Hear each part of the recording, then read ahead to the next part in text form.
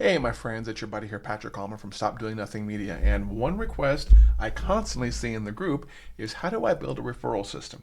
Now, what do I mean by a referral system? It's something that doesn't really fit into the conventional lead generation or affiliate management system. It's just a fairly simple system where you just want people to refer their buddies. Maybe they're RSVPing for an event. Maybe they paid for an event on the confirmation page. You want to allow them to invite other people. There's all kinds of cool things you can do with a referral system like this. And it's something we built early on. I use it with some clients every single day. And again, in the group this morning, I saw someone asking about it and I was having to explain it.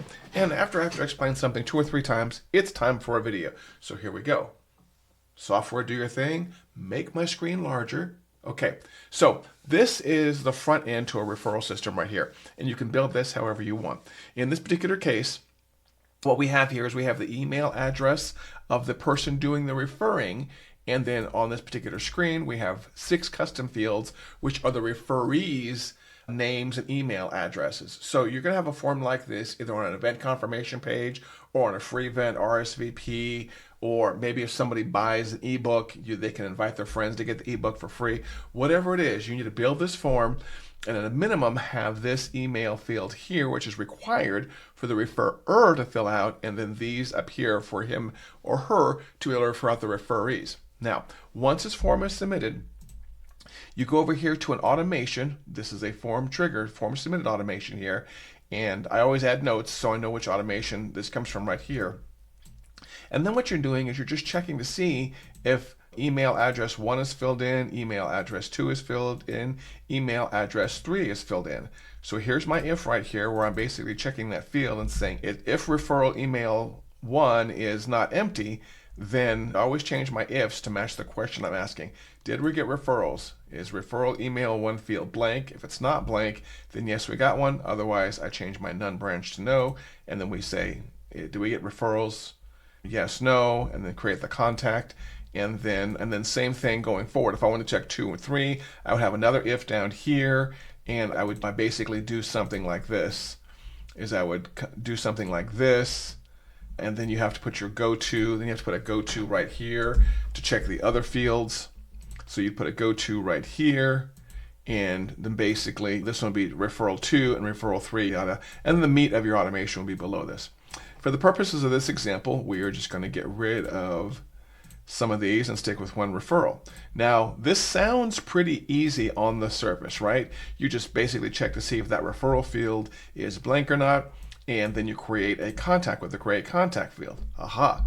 This is where the simplicity can bite you in the ass. That cannot be used because that would create another contact in this automation.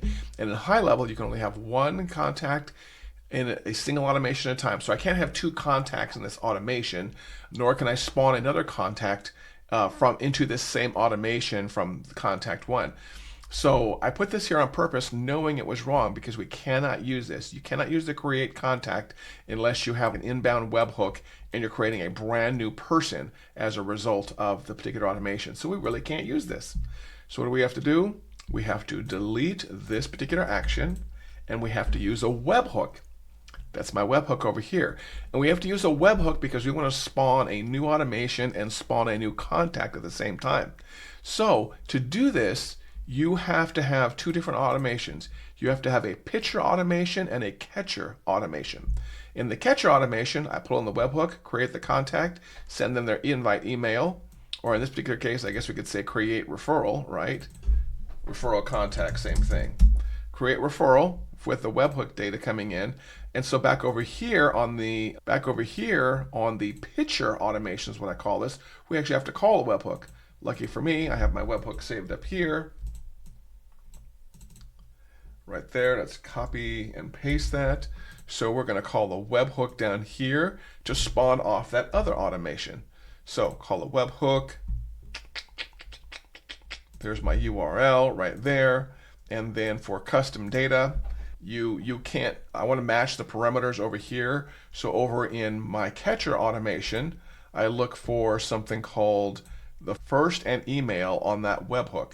So back over here on the pitcher automation, I could say first name, and I want this to be the referral the referral first name 1 and add another item, and this one's going to be called email, and we're going to call this email referral from the email 1 right here. And so you're going to end up calling this 3 times. Looks like I missed out on some fields too. What do you mean? I don't need that. So right there. So you're actually going to end up calling this 3 times. 1 for referral 1, 1 for referral 2, and 1 for referral 3. So I may here say in this particular one, create referral 1 via catcher automation. And if you've never done a webhook, don't worry, they're not too terribly confusing. They're pretty easy. It's usually copy and paste kind of work right here. So what this one does is it's going to check referral 1. If the email is not blank, it's going to basically call this automation, passing the name and email address and creating the contact over here. And then same thing for referral 2 and referral 3. If those email addresses aren't blank, it just calls the catcher portion repeatedly to create the contact. Now, what you can also do here is, which is really cool, is number 1 is if these referral fields are not blank, you can send an email here, probably an email right here saying, thank you for referring Bob. So if your name is Karen, you filled in Bob and Bob's email address, and you know right here Bob's email address is not blank, you can send an email to Carol saying, hey, thanks for referring Bob. At the same time, what you can do is you can come over to the catcher automation and you can send an email to the referred person saying, hey, Barbara referred you, or this other email address referred you. So what you could do, in addition to passing the first and last name, you could come here and press sent by or referrer. You can call this whatever you want. You could call this referrer, get really fancy here and say referrer name, and that is going to be literally the contact full name, and then maybe the referrer email, and that's literally going to be the contact email address. And right now, again, we're dealing with the person doing the referring. So then what you would do over here on the catcher automation, is you would, when you create this referral right here, you would also pull in the referring information, store that in custom fields, and then when Bob, the referrer, who's created from the catcher automation, when you get its first email, the first email can say, hey, you were referred by Barbara on this date and time. So there's some flexibility here. There's no real limit if you want to have 1 here, 3, 5. The only thing it does is it gives you more ifs here, but that's not really a problem. And by the way, I have this set up so I don't even bother checking referral 2 unless I go through referral 1, or referral 3 unless I have referral 2. My assumption is if they filled out referral 2 and 3, they probably did 1 also. So if there's any way I can improve this automation or this form, let me know. Otherwise, I hope this is useful, and welcome to the world of high level.